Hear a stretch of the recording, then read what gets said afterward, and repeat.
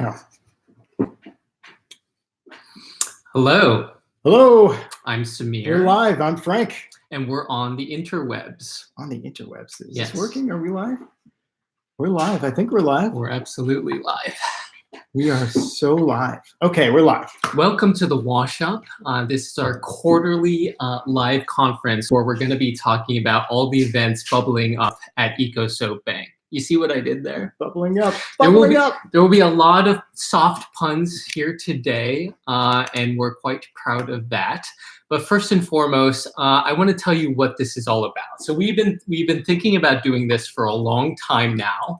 It's called the Wash Up. And once per quarter, what we wanted to do is we wanted to mimic those boring and dry shareholders meetings from Fortune 500 companies. But we wanted to tell you about all the exciting things that are happening at EcoSoap Bank, all the women that are being employed, all the hotels that we're saving waste from, and all the children that are receiving life-saving soap and hygiene education. So that being said, there's an important thing that I want to talk about. Nonprofits are an interesting thing, especially with regards to registration. So nonprofits in the US or 501c3s, nobody actually owns a nonprofit. A lot of people ask me, do you own your nonprofit? And that's not true. The people of the United States actually own nonprofits. So this organization belongs to each of you. And this is why we're doing this. We're bringing the information that's happening across the world in places like Sierra Leone, South Africa, Rwanda, and Lebanon. And we're bringing it to you live. So thank you very much for joining. This is for you. So, Frankie, welcome to the Wash Up. Thank you very much for having me. Honored to be here. Who are you and what do you do for EcoSoap Bank? So my name is Frank and I am the digital director for EcoSoap Bank. Okay. Really what that means is that he just drinks coffee on the job all the time. All the coffee. How much coffee per day do you drink? I would say enough so that there is none left for anyone else. Okay, all the coffee That's in empty. the world. That's just, his is empty. So, Frankie, a lot of people ask us, we are primarily a soap making organization, a soap recycling organization. Sure. What possible digital needs does an organization like ours have? Well, you know, digital tasks, I would say. Miscellaneous tasks. Miscellaneous tasks. Yeah. It's true. Frankie does a lot of miscellaneous tasks. It's actually codified on his business card. Miscellaneous. Digital director plus miscellaneous tasks. Yes. What in your mind, so I know I've known you for a long time now, and I know you believe that technology can solve humanitarian problems. I do. Do you feel like you are scratching your technological curiosity working here? How do you feel that technology can enhance our work? Sure. So to me, technology is a scale effect. So you can do anything you want with one person. You can do anything you want in isolation. But technology allows us to magnify the impact of those actions. So we can do one task, but we affect millions instead of just one person. So for us at EcoSoap Bank, I would say we definitely try to mirror that mechanism as frequently as we can. So we're always asking ourselves, how can we affect 1 million people instead of one? So we are a good team. We've been working together for a long, long time. I am utterly and inexcusably technologically illiterate. I had no part of setting this up here today. And so Frankie's a vital part to getting the message and the impact of this organization out to the masses. And we find that very important. Now, Frankie, the $1 million question. How many hours per week do you work at EcoSoap Bank? Do you want me to give the honest answer? The honest answer. I mean, the honest startup answer. Yeah, so it's 80. I would say 80. 80 hours. Yeah. Okay. Solid. So would you say we resemble a startup nonprofit? And yes, we may have just coined that term here today. We did. Well, I think you just did. And I would say we definitely do. We have a nonprofit mentality, but we also have a startup mentality. For better or for worse. And I'll tell you why this is so important. So startups obviously get the reputation of moving very quickly. It is primarily driven by young people, and that is the type of organization we want to embody. we feel a certain sense of urgency with regards to this mission. Every single day, hotels are throwing away soap worldwide. We want to move and scale as quickly as possible to preserve, to salvage as much soap as we can and get it to the hands of those who need it the most. Now, I'll be perfectly honest with you here today. We started Eco Soap Bank 5 years ago, okay? And it started in a hotel bathroom. Today, we're operating 17 recycling hubs across 11 countries. That scale is astronomical, in my humble opinion. And if we did not collectively, as an organization, decide this is what we're going to do, this is what we're going to achieve, and this is how fast we're going to achieve it, I don't think we would have scaled beyond Cambodia.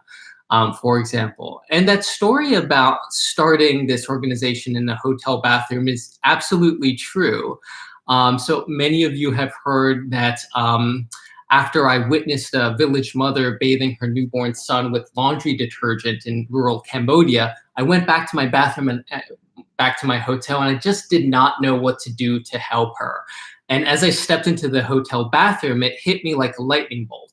There was a bar of soap. We have all had this experience that was completely brand new. And my old bar of soap that I had barely touched was thrown away. And it was in that exact moment we knew as an organization what we could do on a massive, massive scale. And that's where we've gone to today. Now, there's one other thing that I want to talk about. Okay, so you had this idea.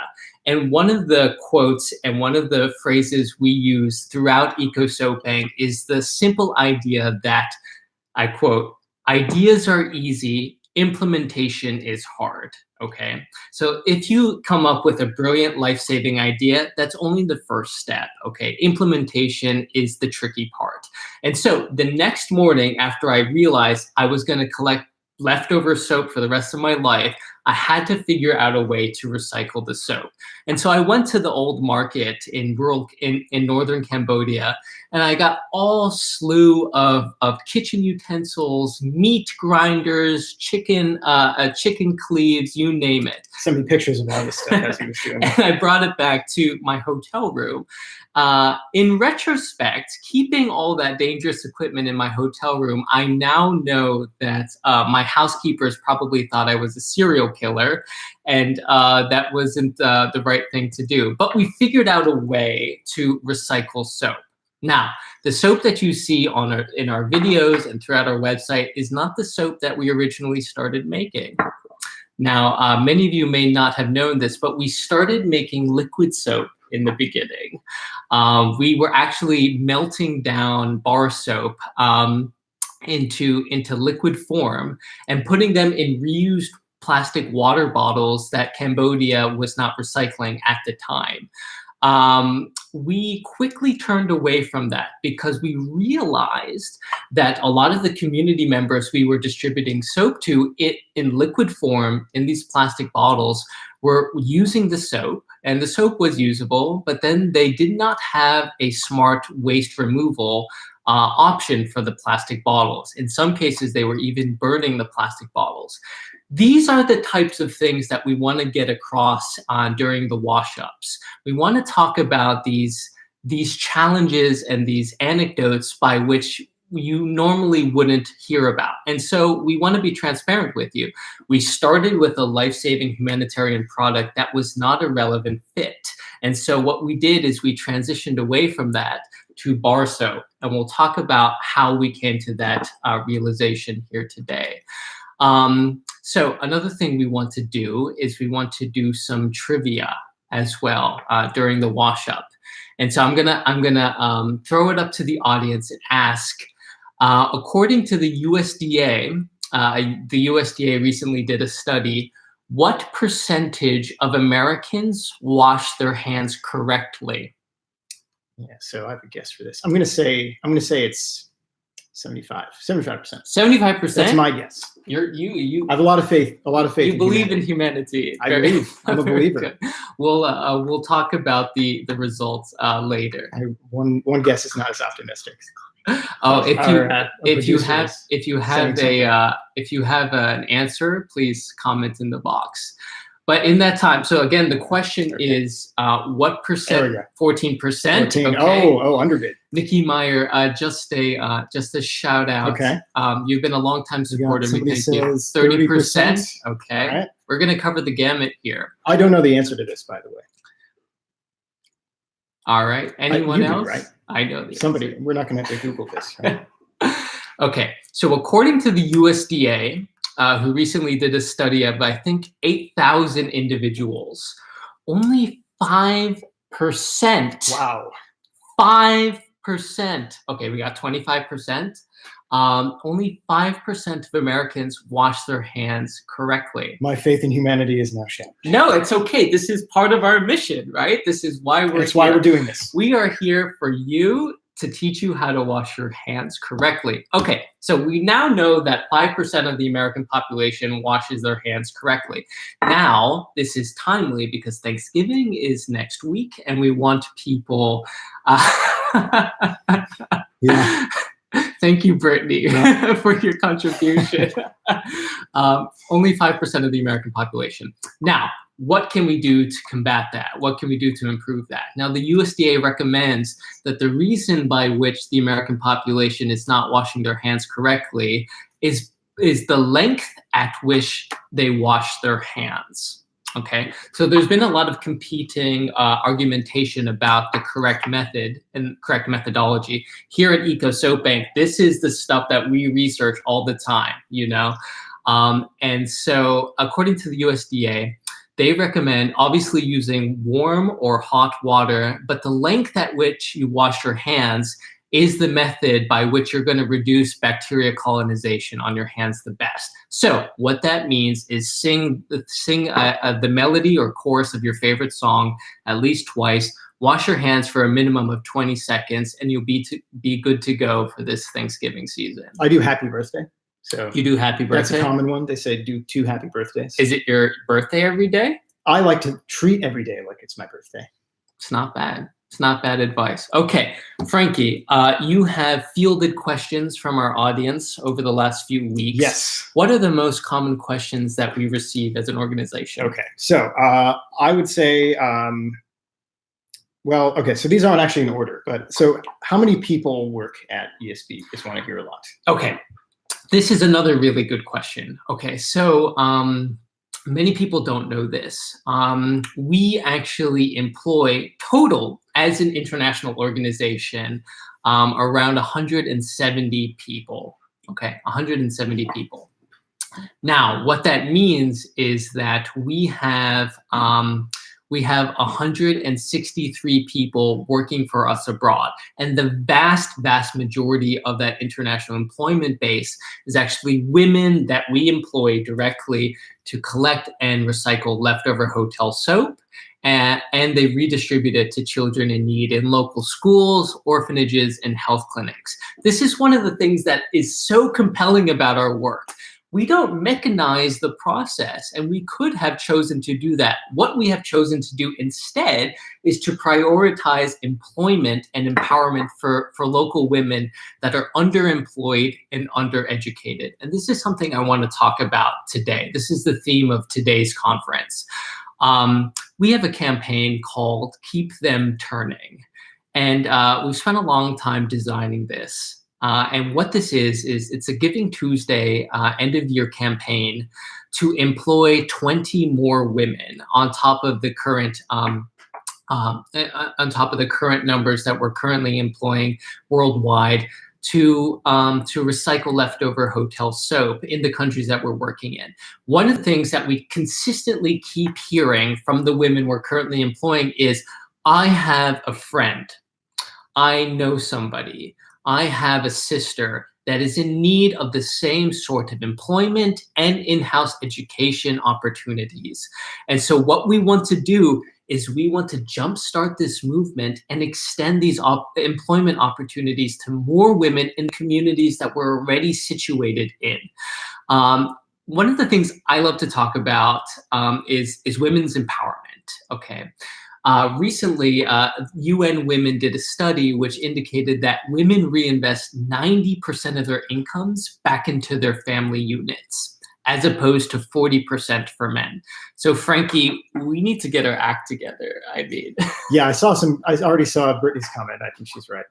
so what this means, okay, we have this data point. Women reinvest 90% of their incomes back into their family units over their lifespan. Okay, this means that if we want to start investing in family units, we need to focus on women's employment and predominantly mothers' employment so that it translates to better nutritional opportunities for their children and better ongoing education opportunities for their children as well. There is, in my mind, there is so many ripple effect benefits as a result of this work. And this is something Frankie has thought about for a long time. Frankie sees all these nuances in the work as well. I just wanted to ask if you could speak to that, or if there was a particular reason why you felt that our impact goes beyond just the soap in a sense. Sure, absolutely. Well, so we have 3 impact areas, and we're able to mesh those 3 impact areas, and they work together intimately and integrally, I would say, to mutually reinforce each other.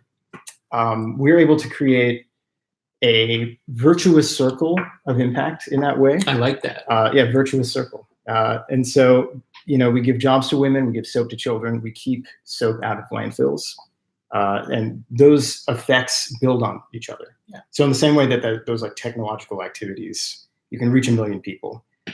With working simultaneously on 3 impact areas, you can exponentially grow your impact over time. Yeah. Okay. So that's what I like about it. That's what I think is. No, it's beautiful. I mean, this is something that we feel we have trouble with, to be perfectly honest. We feel we create so many lateral impacts. We have a hard time explaining to people what their donation dollars, for example, is actually going towards. And so what we do is we water it down to this will support a school for a year. But it's not just that. What we have done is we have saved a resource from being thrown away from hotels. We have used this wasted resource, we like to call it trash internally. We have saved this trash to jumpstart employment opportunities for women. And we also provide them with health insurance and in-house education, which we will also talk about. And we will then redistribute that soap along with education to that child so that they understand the fundamentals to good hand washing and proper hygiene on an ongoing basis. This is something that I affirm and attest to at EcoSoap Bay. So only 5% of Americans wash their hands correctly. I absolutely guarantee that the 6 and 7-year-old children that we serve as a result of this program wash their hands better than you. So we all have something to learn from the people in this program, and we hope to bring you their stories as well. So additionally, if anyone in the audience has questions they want to ask, please pop it in the comments. I already saw one, actually. Oh, you saw one? Okay. Yeah, I already saw one before. Let's field it. I've been waiting patiently to ask this. What's Samir's favorite song to sing? I presume that was when we were talking about when you're washing your hands. Okay. So what's your favorite song to sing when you wash your hands? And you have to sing it. And I have to sing it? Yeah. I like my favorite song is probably Bohemian Rhapsody. Yes. So all right, whole thing. Ready? It's probably so pause everything else, sing the whole thing. For those who don't know, Bohemian Rhapsody is probably 12 minutes long. So yes, I do wash my hands for 12 minutes at a time. I actually don't get any work done on a daily basis. I'm just washing my hands constantly. All we're doing is just washing our hands. All the time, yes. Yeah. 80 hours a week. Fantastic. Any other questions from the audience? I don't know if I saw any others from the audience. I have some that we. All right, let's go for it. So I would say the most common question we get is, how do we recycle the soap? What's the process that we use to recycle the soap? Okay. All right. This is a good question. We do receive it quite often. So the technical answer is that we run the soap we receive through a 3-stage lab-certified sanitization process. However, that's not a very satisfying answer whatsoever. So the recycling soap is 2 things. Number one, it's safe. And secondly, it's quite manual. And we have designed it that way because we wanted to preserve that manual process in order to maximize employment opportunities for women across geographies. One of these things, if I may say, that these women share is these are unskilled laborers predominantly. And so what that means is typically the women that we employ have experience in agricultural fields, planting grass, or they work in construction, for which in a place like Cambodia is very, very difficult, and it's not a sustainable employment opportunity. So we have kept the soap recycling process very simple and very manual, and this is what it is.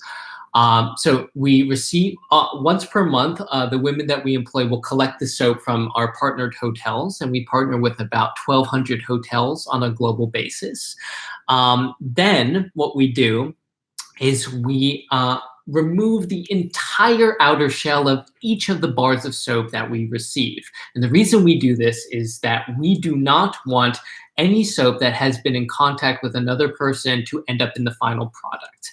Then what we do is we sterilize the bar using a food grade bleach, a chlorine solution that's safe to the skin. It's the same solution that tomatoes and other produce at grocery stores are washed in. We then wash off the solution 100%. And we pulverize the soap into a very, very fine powder. It looks like flour. And a lot of people think we're just making bread, but no, we're making a life-saving resource here. And then what we do is we put it through the soap press. And the soap press is an elegant and simple to use machine that churns out millions of bars of soap every single year to get into the hands of children. And this is the final product. Some may think that it looks quite vanilla. It looks quite boring, but let me tell you, this is the most cost-effective, preventative hygiene resource there is. And we make it affordably, and we make a lot of it. So that's a bar of soap, and Frankie often jokes that it's so clean through our recycling process that you could eat it. But what he does not know is that you should not eat soap. Is this true? I've been chastised many times for attempting to eat the soap. What song do you sing when you wash your hands? I already told you, happy birthday. It's the best. It's like you'll never forget it, and it makes you feel like it's your birthday. How does it go again? Happy birthday. No, I'm not gonna do that. Frankie and I, in a past life, were actually in a band together, which meant that I played the triangle, he played the keyboard, drums, and false. guitar. That's all false. Including Sing Happy Birthday, That's which was our platinum hit song. That's not true. Do we have any more questions? Do we have any more questions? Nice. How many soap recycling centers do you have? This question comes from Samira Lakhani, who, two things, is my elder sister who has supported this organization for a long time. That's the message I want to get across here. We do not do this alone in a vacuum. There are people, there's a support network, including everyone watching here today, that makes this work happen. And secondly, you may not know this, but she is actually right off screen to my left. She's our producer here. She's our producer. She asked, how many soap recycling centers do you have? We have 17 eco-soap bank hubs in 11 countries around the world. And these are in places like Cape Town, South Africa, in Freetown, Sierra Leone, Beirut, Lebanon, Luang Prabang, Laos, beautiful, often picturesque places around the world that bring in millions of tourists each year, and with them, millions of bars of leftover soap that were not being utilized before we started this work. And so in 17 cities around the world, we have instituted collection and recycling programs, first and foremost, to serve slum communities in those metropolitan areas. That's really important for us. New urban centers around the world lack access to proper sanitation and sewage systems. So to prevent illnesses like cholera and even Ebola, yes, we work on counter Ebola efforts as well throughout Central, West, and East Africa. We need to service urban populations first. And so we have massive urban slum programs to teach people who live in some of the hardest and poorest conditions around the world, how to wash their hands and keep themselves healthy and happy. One of the branches that I want to call out for its uniqueness is our hub in Beirut, Lebanon. In Beirut, Lebanon, I'm very proud. I just recently returned from Lebanon. By the way, I recommend everybody visit. Really, really good hummus. Like really, really good hummus if you're into that. He refused to bring me any back. I could not for hygienic and customs reasons. So I visited Beirut, Lebanon. I'm really, really proud about this particular branch. There's only 25 to 30 4 and 5-star hotels in Beirut, Lebanon. So it's a moderate-sized tourism industry. However, the impact that we create as a result of that tourism industry, in my mind, is indescribable. We are directly employing 4 women who are in wheelchairs for one reason or another. They're disabled women, disabled yet resilient women, to recycle soap full time. This is their employment. And in many places across the world, particularly in the developing world, employment for disabled demographics and populations is a hard thing to secure.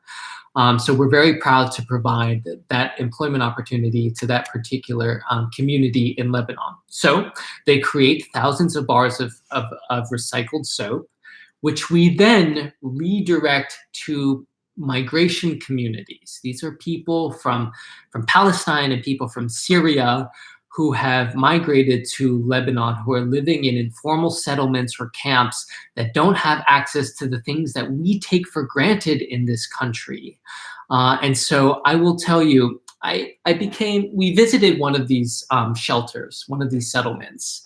And there's about 1,500 people living in this one settlement that we work in. We provide ongoing oral and hand hygiene programming in this community. 1,500 people live in this abandoned building.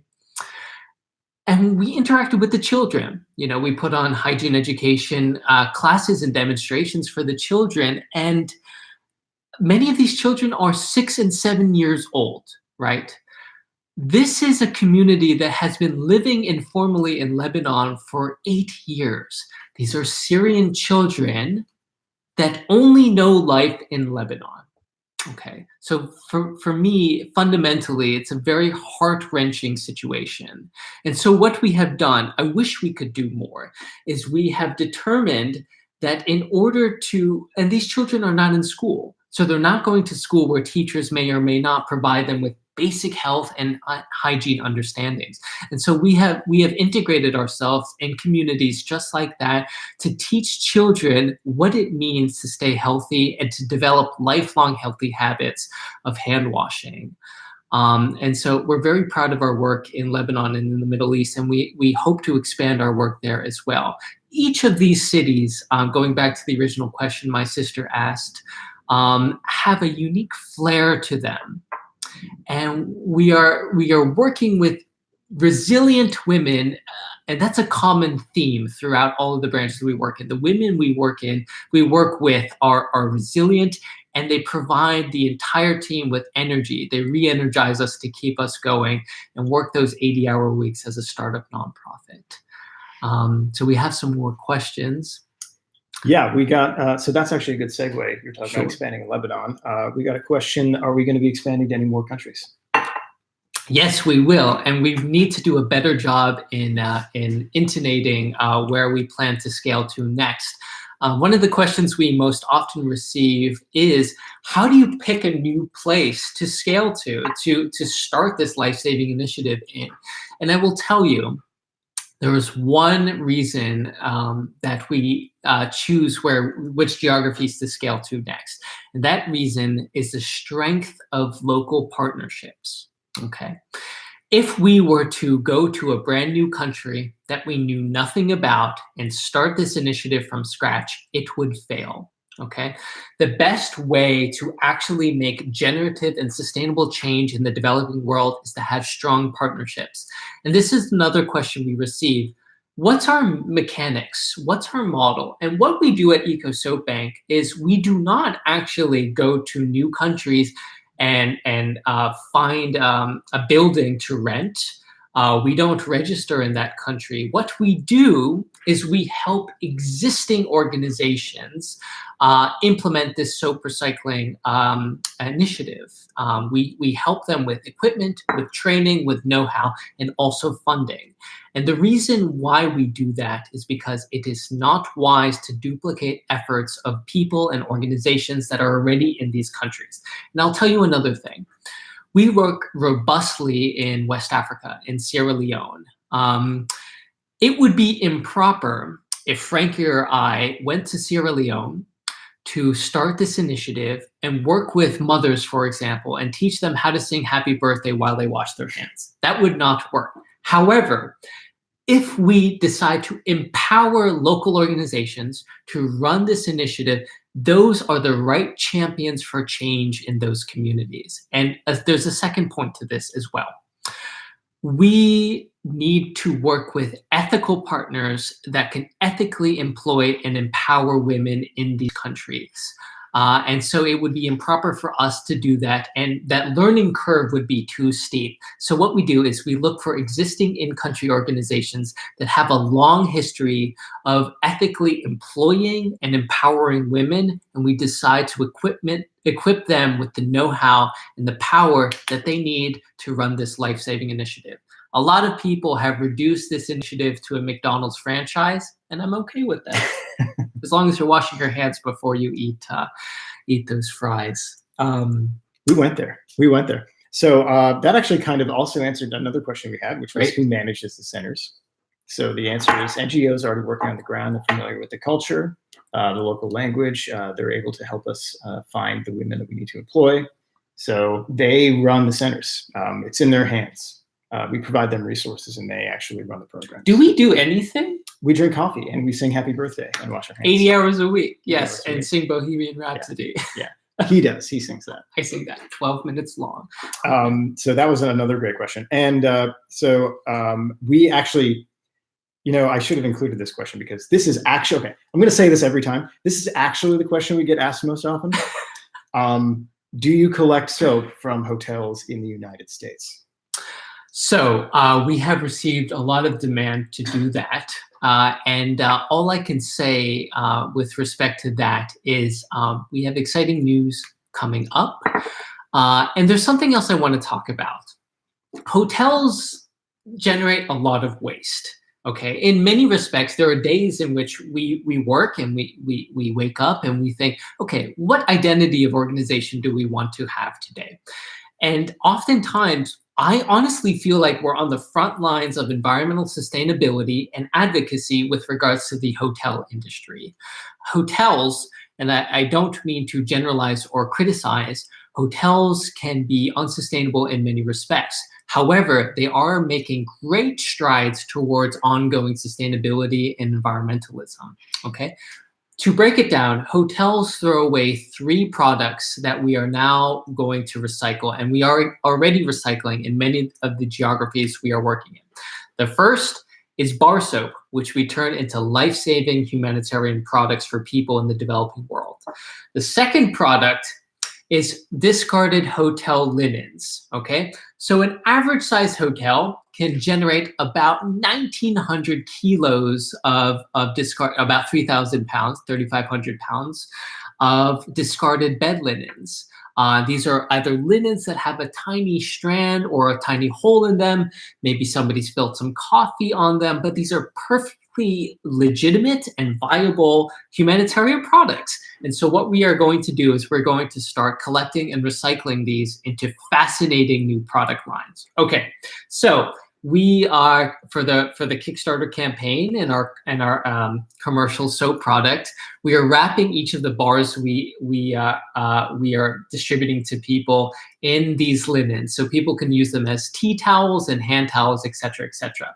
This is really important in a developing world context as well, because children don't often have access to hygienic products by which they can wash or they can dry their hands. So hand towels is one thing that we can make from discarded hotel linens. But there's a secondary product that we're working on, and that's female menstruation and hygiene pads. Now, this is I have goosebumps. Okay, this is something that we've been thinking about making for a long time now. If we can use a discarded, wasted resource to create ongoing feminine hygiene products for young girls throughout the developing world, that could be an absolute game changer.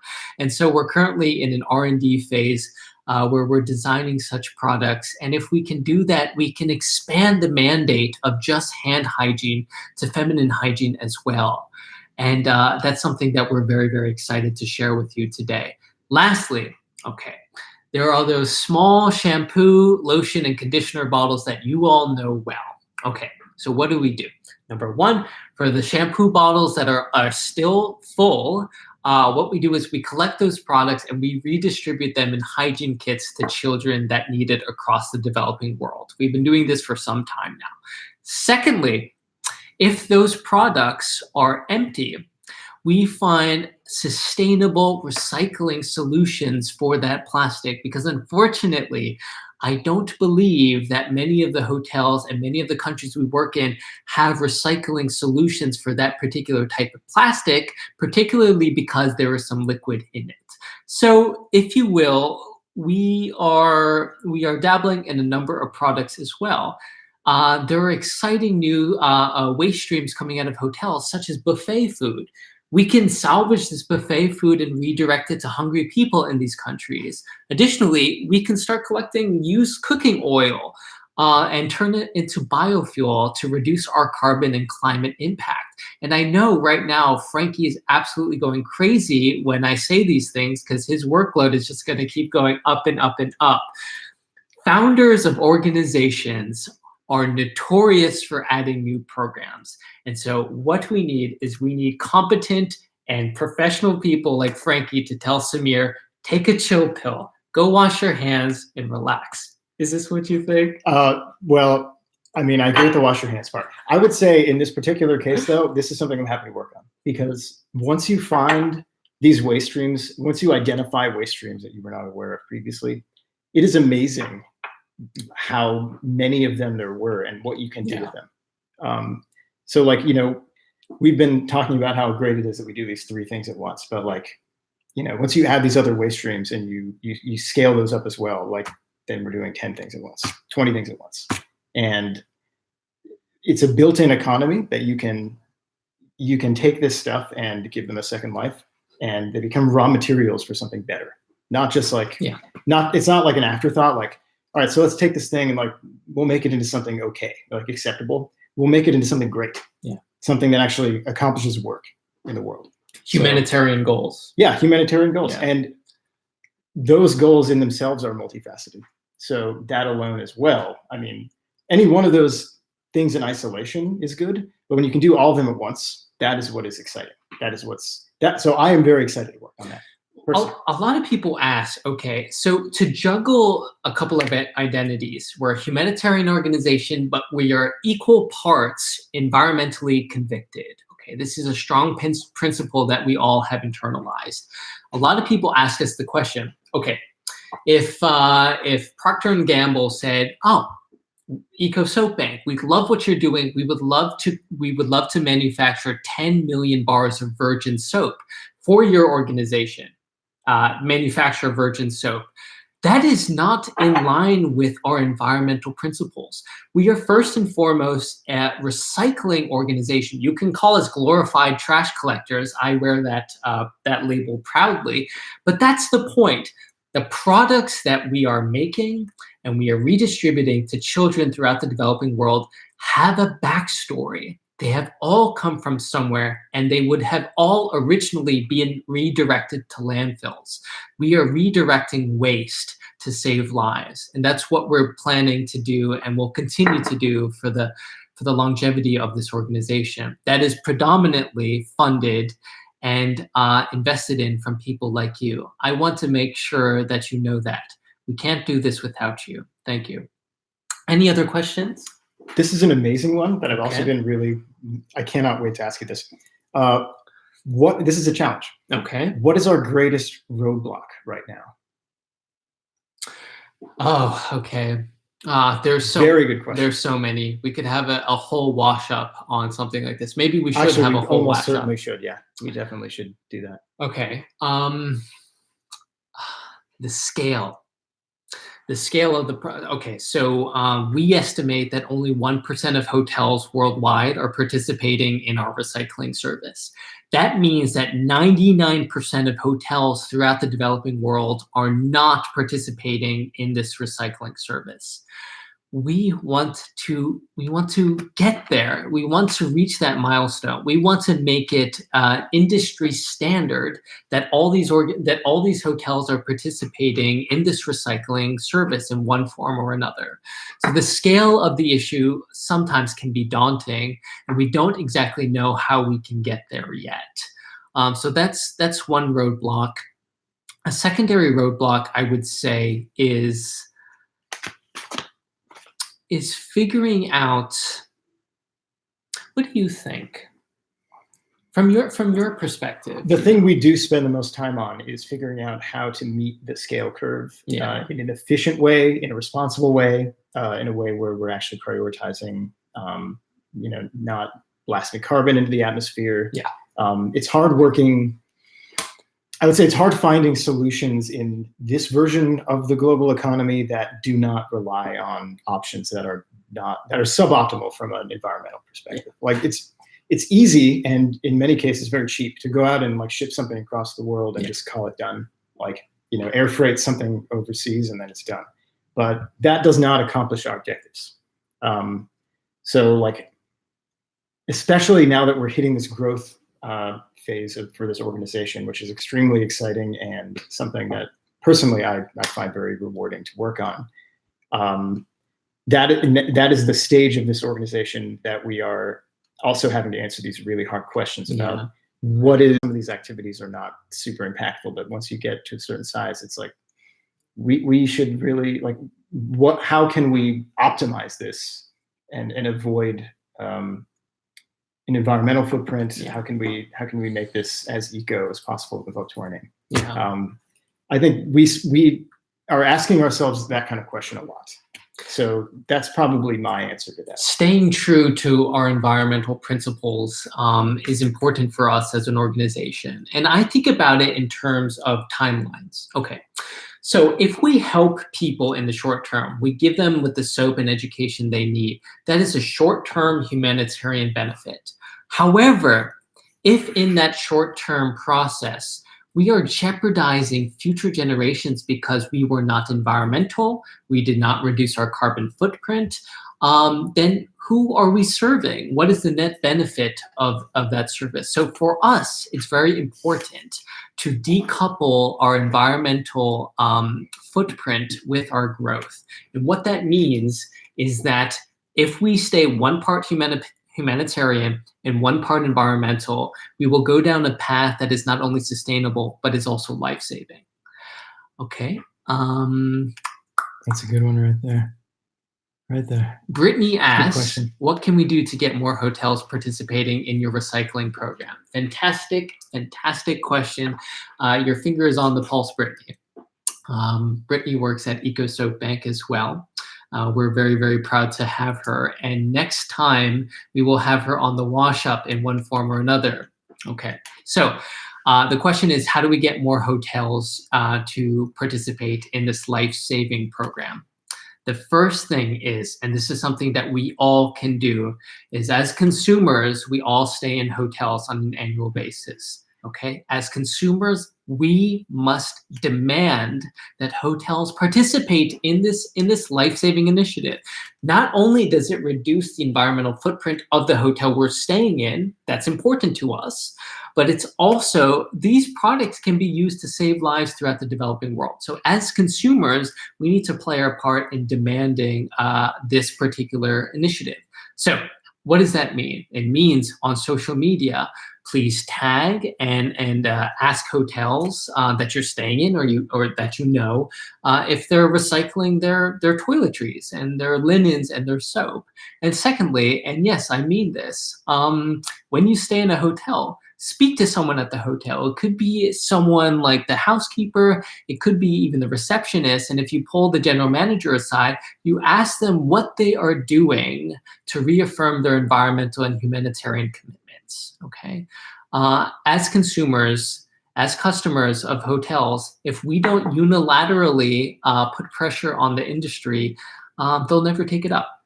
They listen to us. We have the power. And so collectively, we are all in this fight together. Any other questions? Very well said. This is an easy one. Are there any European hotels involved in the program? Not currently, but I hear French milled soap is some of the best soap out there. We really want to get our hands on that French milled soap. We also got another one. How do hotels in the US get you the soap? Okay, we'll have that that service explained clearly in the future, and we'll let them know. But in the meantime, they can just reach out to us. That's probably the best way to do it. We got another one here. I think I skipped one actually.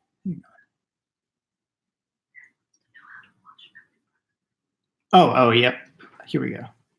I think your dad chimed in. He wants to know, how will we sanitize female hygiene products, especially if you plan to use discarded bed sheets to make washable female products? Sure. No, that's really important. So number one is that we will be cleaning and washing all the products that come in through the door. All the products that we receive are washed thoroughly, and that's a commitment that we're going to make. But similarly, and more importantly, when we redistribute these products to young girls along with education, do they have the tools? Do they have the resources to wash the products after use? Okay, so it's critically important for us to provide resources and the know-how to be able to wash these products. And this is where the perfect marriage between soap and feminine hygiene exists. Okay, not only can they keep themselves hygienic, but they also will receive instructions and the resources they need to keep their products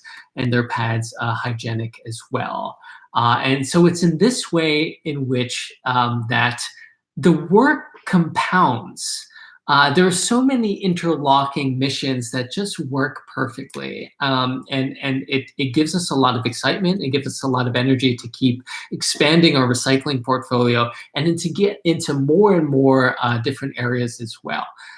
I'll just expand on this in just briefly. So in 2017, at the height of the Ebola crisis, we were not currently working in West Africa at the time. Now we have a significant presence there, okay? And you may or may not have known that Ebola is on the resurgence, okay? Now, in the Western world, we visualize counter-Ebola measures predominantly as the people in the full plastic suits who are spraying the bleach. However, that is only one part of the story. And that often occurs in healthcare facilities. The thing that prevented Ebola from spreading throughout the continent was hand washing with soap and water. That is what ultimately staved the Ebola crisis from spiraling out of control. And now we're in a nascent period where we need to reinvigorate those messages and redirect those resources to the communities that need it so that we don't have another 2017. And so in that respect, this is a real-time problem, and we are actively addressing this at the same time. This is one of the most amazing things about our work, and obviously I'm biased. You know, we can work on so many different issues simultaneously. Okay, so we are doing our part, our small part, with the refugee and migration crisis in the Middle East. But similarly, by using the same product, we can halt the spread of Ebola in Central and West Africa today. And this is why we think that this work is urgent, this work is timely. And if it wasn't for people like you supporting this organization, empowering women to make these life-saving changes in their communities, this would not happen at all. So thank you again. And you're gonna hear that a lot from us. Any other questions? Good questions all around. Okay, you're gonna like this one. Sure. Is funding a roadblock for you? Very much so. Funding is a big roadblock. No organization will tell you that funding is not an ongoing roadblock. However, I must distinguish what a dollar does for this organization. A single dollar will impact three things at the same time. It will reduce our climate impact by recycling products.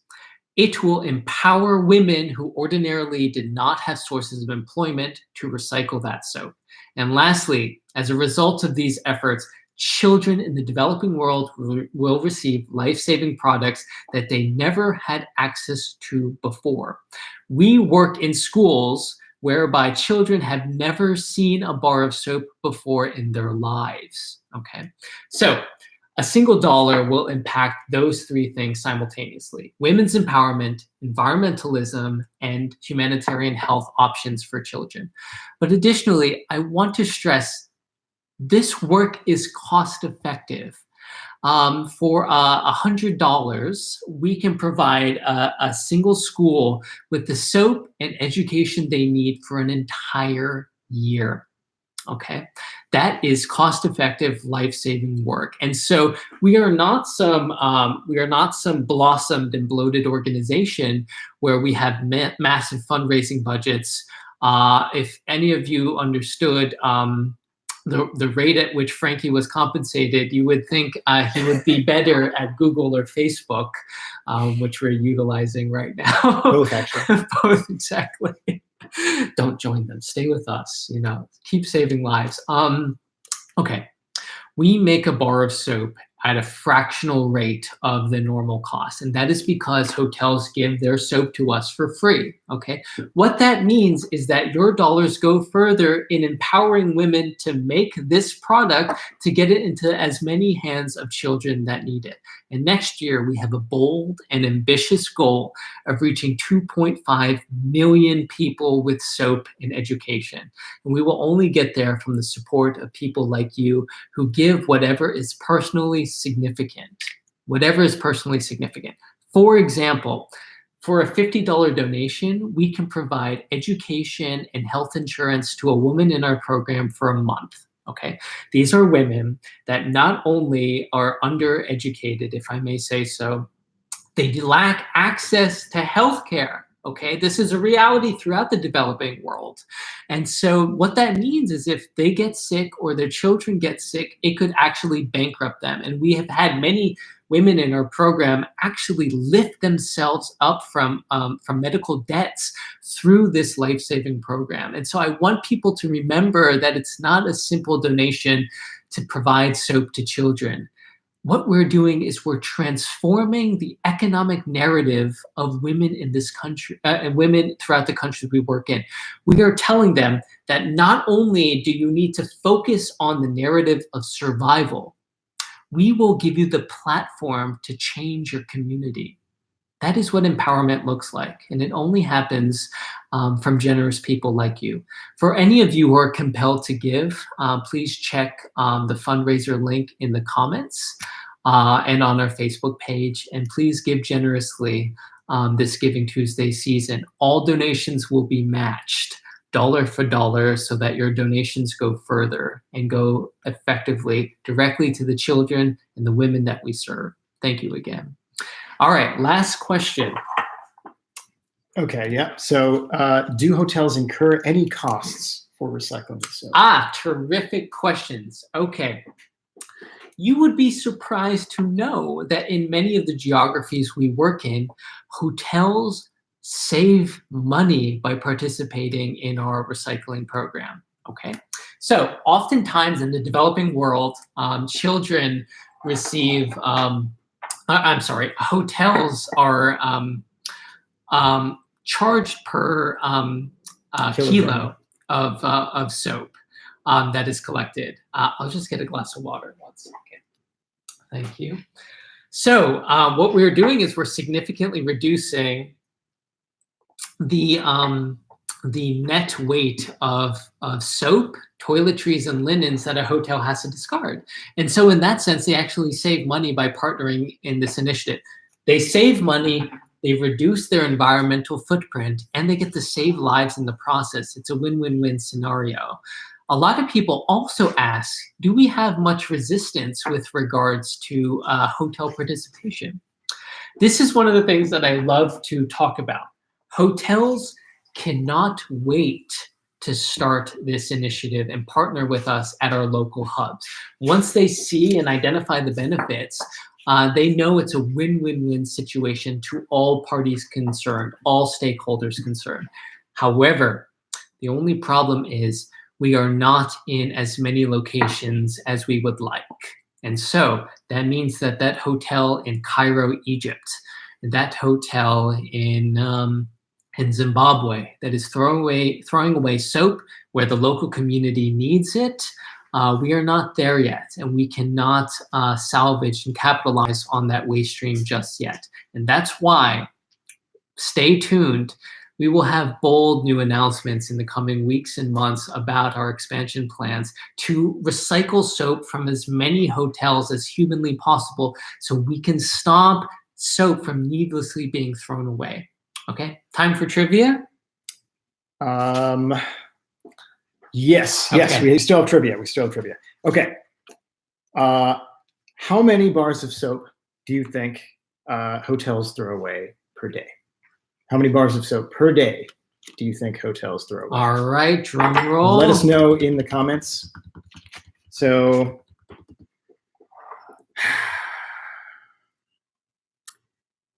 how many bars of soap per day? Let's see. 5, 10, 15, 25, 35, 2,500, auction going once. Can you say it in like an auction barker I can't. voice? Let us know your guess in the comments. How many bars of hotel soap are thrown away per day? Okay, we have every day. We have 1 1 million, million bars. Okay. This is quite astonishing, actually. 20 million. 20 million. Jay Shri, very nice to meet you. 20 million is quite ambitious. Maybe one day in the future it'll be up to 20 million, but we hope to be collecting 19.999 million bars of that soap. We're going to save the rest for ourselves because all we do all the time is wash our hands. So like, what is that, like 10,000 bars of soap? 10,000 bars per day. That'll cover us. So the correct answer is 5 million bars of soap per day. Okay. That was very close. That was close. Okay. Okay, so 5 million bars of soap per day. For those of you who are mathematics wizards, that's about 2 billion bars of soap per year. Okay. Let me reframe that. That's 3,000 bars of soap being thrown away per minute. Okay. I find that to be almost an inconceivable statistic. There's so much waste, and the thing that absolutely kills me is that this is a life-saving product. Okay, these are not cigarette butts being thrown away. These aren't even plastic candy wrappers. This is a life-saving product, and so the urgency by which we need to collect this is at its highest peak. Okay, it's about 2 billion bars of soap per year. However, there was an equally egregious figure, which is that manufacturing lines from soap manufacturers lose about 20% of their manufacturing line during the manufacturing process. Okay, we don't have accurate figures of how many bars that is. We have guessed, we've done some calculations, but we don't honestly know. So this is the point. There is soap being thrown away every single day and in extraordinary volumes and amounts. Okay. We can serve the world population, particularly we can serve every child throughout the developing world with the soap and hygiene they need for school use just from soap that is being thrown away from hotels and manufacturing lines. Okay. As customers, as hotel customers, we must take action and we must demand that hotels participate in this recycling service. And secondly, we all need everyone to rally behind this cause so we can scale to Cairo, Egypt, so we can scale to Botswana, so we can make sure that soap in the developing world, soap that is already there, isn't thrown away so that we can redirect it into the hands of those who need it the most. To me, That is one of the most important and key factors here. To recycle other products is good for the environment and it's good for human health in the long term. To recycle a bar of soap from a hotel in Cape Town that only takes us a week from collection to redistribution can save a child's life in that week. And if you believe in this cause, you believe in these principles, then please donate today. All of the donations will be matched dollar for dollar. And thank you very much. Okay, Brittany asks, doesn't soap help make the landfills clean? You think so? It makes like a level of intuitive sense. I mean, it's like sudsy and maybe it like, I don't know, binds to stuff and but actually no, right? So he's the sustainability major. So like you actually know, like the chemical formula for this, right? Can you? I know. Should I wheel in a whiteboard? I know a couple of things, and it's really quite fascinating. So landfills are actually combust. It's fascinating. According to the chemical makeup and also pressure, landfills are actually internally on fire. And so what that means is that they release, they have a carbon output, typically methane, that contributes to global climate change. So any soap that we can redirect from landfills, any other products, actually is working against the onslaught of climate change in that regard. So that's the landfills perspective. Nobody ever cares about the landfills perspective, you know. I love landfills. We need to stand up for the landfills viewing. Very much so, and we'll talk about that on another conference. Okay.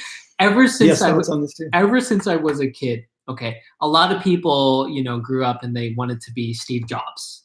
They wanted to be, I don't know, Matthew McConaughey.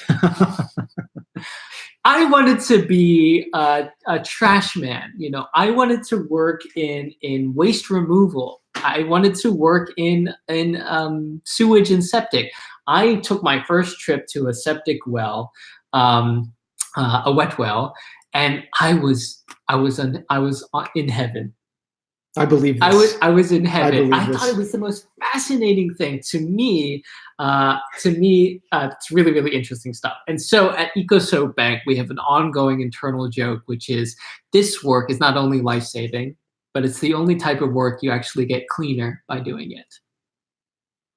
All right, last question before we let people go. So this is a nice one, actually. What are your thoughts on an entire household using the same bar of soap in the shower? So I think they mean like everyone shares the same bar of soap. That's not a problem. So bacteria cannot colonize and live on bar soap. And so we recommend it. And the reason we recommend it is because for the love of God, do not buy liquid soap that comes in bottles. You can buy refills and that's fine too. But the plastic contribution of buying conditioners and lotions and body wash is just astronomical. Number one, the jury is still out on how many of these bathroom products are actually being recycled because of the liquid content still inside of them. Liners in the plastic. Liners in the plastic. The caps are a different type of plastic than the actual container. Estimates have shown, conservative estimates have shown that only 10% of bathroom products are actually recycled, bathroom plastic products. And so, number one, we need to think about our domestic and household environmental footprints. Number one, please use bar soap. Please use bar shampoos. A lot of companies are coming out and are making shampoo bars. I don't know how they work, but I think they're a good eco-friendly alternative. And secondly, and I mean this, shower in the dark. We don't recommend that, actually. Why not? That doesn't sound safe. Shower in the dark. I think the lawyers are like freaking out about that. I don't think we should recommend it. Shower in the dark. No. Keep your. I don't like the way this is going. Okay. I'm not comfortable with this. Cold showers. Cold showers. Okay, that's a good one. Cold showers. Some people swear by it, like energizing. Reinvigorate your spirit, guys. Shower in the cold. It's good for your muscles. For all those athletes out there. We're allowed to advocate for that. Oh, also for laundry, cold water for laundry. So we often think of ways in which we can reduce. We think that laundry detergent, while it's filled with chemicals traditionally, we think that is a major environmental contributor for our household laundry. But it's actually the energy that goes into heating the water and getting it to our desired temperatures, which affects things. However, we are not the authorities on household environmental waste and things that we can all do. Not medical advice. Not medical advice. Not doctors. However, when it comes to the hotel industry, we know what we are doing. We've been doing it for 5 years, and we hope more hotels come on board. And we all hope that you join us in supporting this organization to employ women to recycle soap and redirect it into the hands of those who need it the most, okay? Please check the donate link in the comments and also in the description, and give a personally significant donation this year. All donations will be matched dollar for dollar, and it will go a lot further. Rhonda asks, besides your crowdfunding campaigns, will you have your bar soap? Hopefully bar shampoos, not a bad idea, at some point, available for consumers in the US and elsewhere to purchase, that can help support / fund your efforts. Rhonda, you hit the nail on the head. Very good. So, as many of you know, in Q3 of this year, was it Q3? I don't know what you're going to say. The Kickstarter. That was Q2. Q2. We've been doing a lot. Time flies when you're making soap. This work is so much fun. I can't even explain to you. We have a lot of soap back there. So we launched a Kickstarter campaign in Q2 to introduce the world's most responsible soap, in our opinions. Number one, this is a bar of recycled soap that we will be selling to consumers. Number two, it will not include any plastic or paper packaging. It will be packaged using discarded hotel linens, which people can then use as conversation starters over dinner parties or as tea towels in their own kitchens. So it's a zero waste product, and a Kickstarter special. For every bar that people bought, we donated 100 bars of soap to children in need. So we took Tom's shoes and we turned it on its head. And so, Rhonda, those products will be available again as soon as we do an evaluation phase of the crowdfunding campaign's product. So the reason Frankie is here is actually we're going to be packing compostable mailers to send to people. 100% compostable. Zero waste. You say that really weird, by the way. Is that how? Compostable? Are you like? Is that like the Canadian pronunciation or something? Compostable. What's that? What's right? I say compostable, but I mean compostable. But you were the sustainability. Compostable. That's not bad. I like it. I don't know if it's right. Oh, we have some here. We have some courtesy here. of our producer. Show us QVC style. These are 100% compostable mailers. They are mailers and they are 100% compostable. I don't know what they say on QVC. Like, it's like they model it. Well, how do you model a mailer? Like, anyway, they're from a company called No Issue, who has graciously offer these products that will completely break down. So that landfill business with the chemistry and all of that stuff that went over my head, it doesn't happen.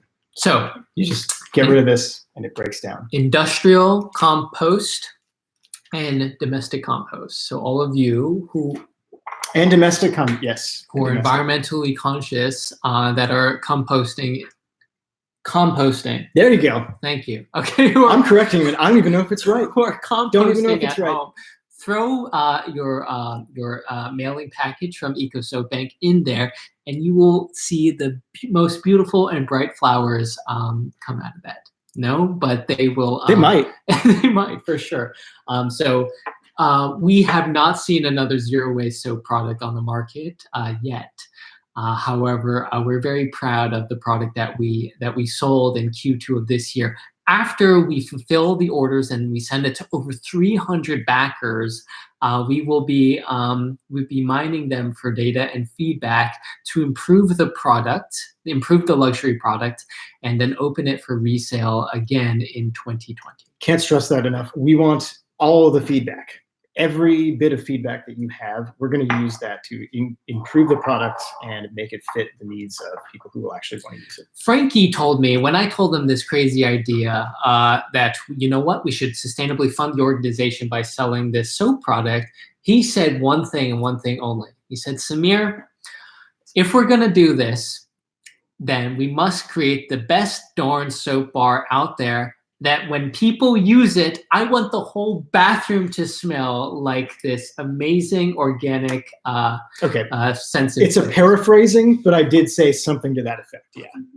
I embellished. I don't normally say, darn it. You said something probably more... okay, emphatic. Enthusiastic. I'm enthusiastic about this. We made soap in our kitchens. We consulted with Unilever, RB, a whole host of Cambridge, chemists, you name it, to make the best darn bar of soap out there, with our organic essential oils. And we're proud to send it to those 300 backers, and they will receive it on or shortly after Thanksgiving. And we say to them, thank you. All right, shall we wrap up? I think we are going to wrap up the wash up. Okay. We didn't even plan that. I just came up with that one, just like that. So to wrap up today, a couple of things. Number one, we have a bold plan for 2020. We want to reach 2.5 million children with recycled hotel soap and hygiene education. And secondly, we want to employ 200 women to accomplish that goal. Again, and I cannot stress this enough, we are not buying virgin soap, and we are not instituting large, complex machinery lines. We are investing in women throughout the world to create this ongoing sustainable change. And so if you believe in this mission to reach 200 women next year and provide them with steady, ongoing employment, health insurance, and ongoing in-house education, please donate today. You can find the link in the comments or in the captions, and give whatever is personally significant. Lastly, and most importantly, every donation will be matched dollar for dollar. And as I said in the beginning, this organization belongs to you, belongs to all of us. It does not belong to a single person. It belongs to all of us. And so in this cooperative way of thinking, we can make the change together. And we hope you join our tribe, and we hope you join our community, and we'll see you on the next Wash Up. Thank you all so much. Bye.